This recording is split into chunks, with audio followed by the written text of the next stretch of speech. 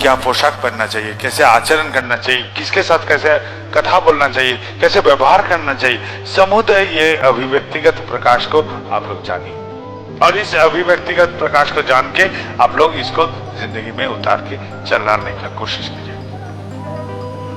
ये सबसे बड़ी बात है। कन्या को इसलिए ये ज्ञान दिया जाता है ताकि उसका भविष्य में खुद के हाथ में एक परिवार का दायित्व रहेगा, इसलिए ये सीखना जरूरी है। और बेटाओं को बोलिए, तुम्हारा परिचय तुम्हारा वंश से नहीं, पिता से नहीं, चेहरा से नहीं, तुम्हारा परिचय होता है तुम्हारे कर्म से। कर्म प्रांता सिखाइए।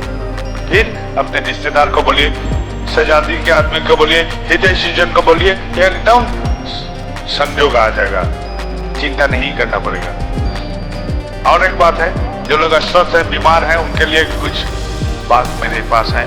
वह है, आश्रम में जहाँ रहता हूँ वहाँ एक ऐसा लड़का है जो आश्रम का सहयोग करने आता है। उसका बेटा, खेलता कूदता बेटा अचानक बीमार पड़ गया। बीमारी ऐसा हो गया कि उसको बिस्तर पर लेटे रहना पड़ता। बहुत इलाज करवाया, बहुत किया, लेकिन कोई सुधार नहीं। लाचारी से वो आके हमको बोलता है, दादा क्या करें? तो मैंने बोला, मेरे साथी को इंटरनेट दबा। इंटरनेट में दबाते गया और ये जो बोलेगा उसको लिखते जा। लिखते गया, लिखते लिखते जो रोग निर्णय किया इंटरनेट ने वो अद्भुत था। वो रोग का चिकित्सा एलोपैथी दवा में नहीं था, कोई हल नहीं था एलोपैथी दवा में उस रोग का। मैंने भुवनेश्वर में आयुर्वेदिक शिक्षक हैं, उनको खबर भेजा। उनको खबर भेजने के बाद उन्होंने एक दवा लिख के भेजा।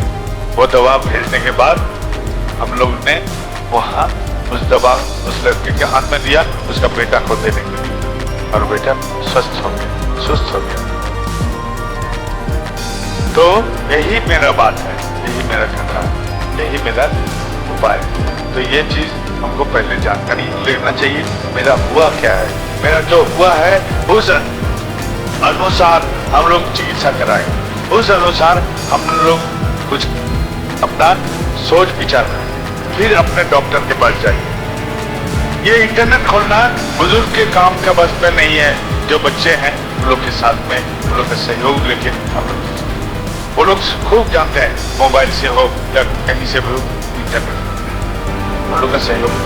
फिर क्या कीजिएगा, चिकित्सक का सम्मान कीजिए। वो लोग जो चिकित्सा बोलते हैं उसको पालन कीजिए और आदत में रहने का कोशिश कीजिए। आदत में नहीं रहने से किसी का रोग हल नहीं होगा। कोई भी चिकित्सा कराए तो हल नहीं होगा।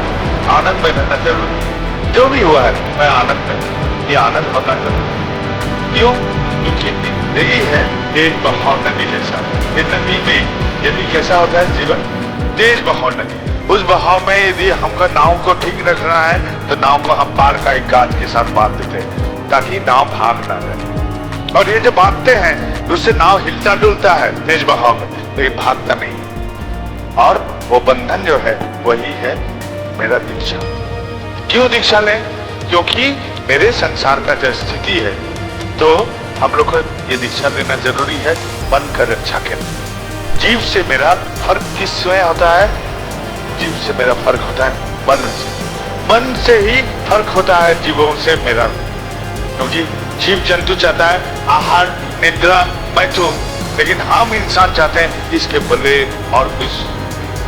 हम लोग चाहते हैं मेरा जिंदगी जो भी है, जहां भी है, उससे और बेहतर कैसे बने, जैसा हो उससे और भी अच्छा कैसे रहे। ये सोच मेरे मन मुझे देता है।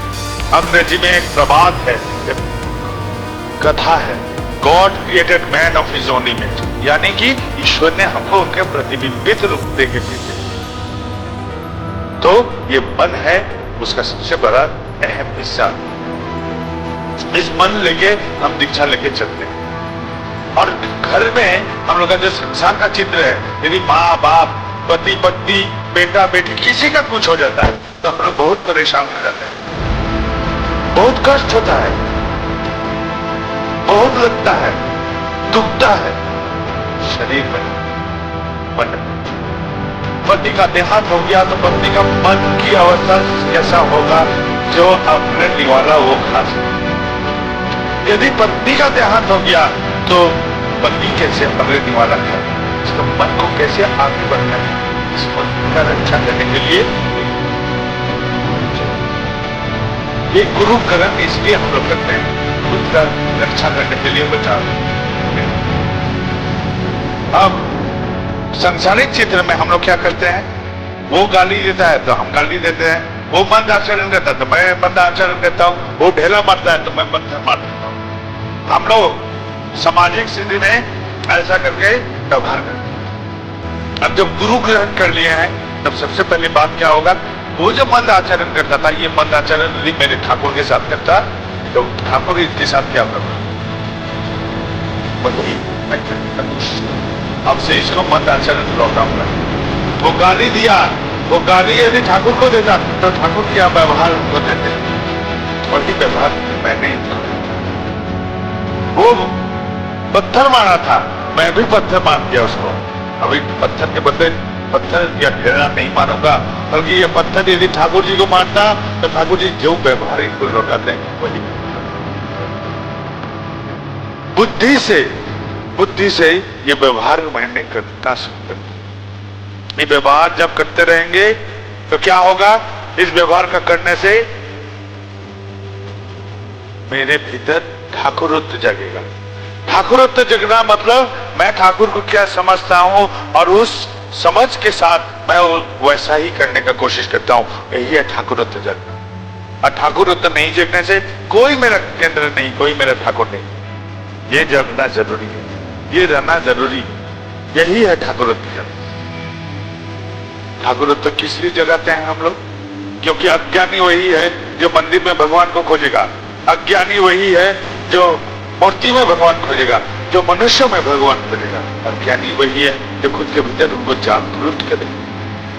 मंथन करने से जैसे नदी का उत्थान होता है, नदी जब बातें